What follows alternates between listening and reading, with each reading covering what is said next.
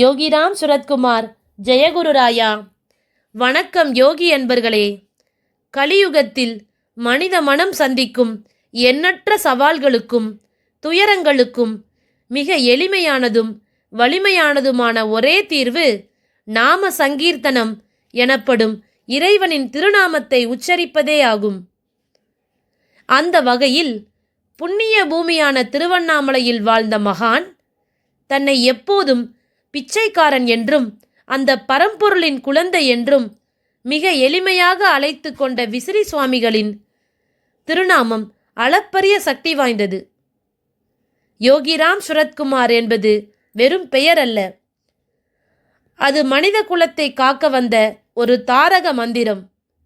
எங்கும் நிறைந்திருக்கும் அந்த பரம்பொருளின் வடிவமான பகவான் யோகிராம் சுரத்குமார் என்ற நாமத்தின் எல்லையில்லா மகிமையை பற்றியும் அதை முழு நம்பிக்கையோடு உச்சரிப்பதால் வாழ்வில் ஏற்படும் அற்புதங்களை பற்றியும் இங்கு விரிவாக சிந்திப்போம்.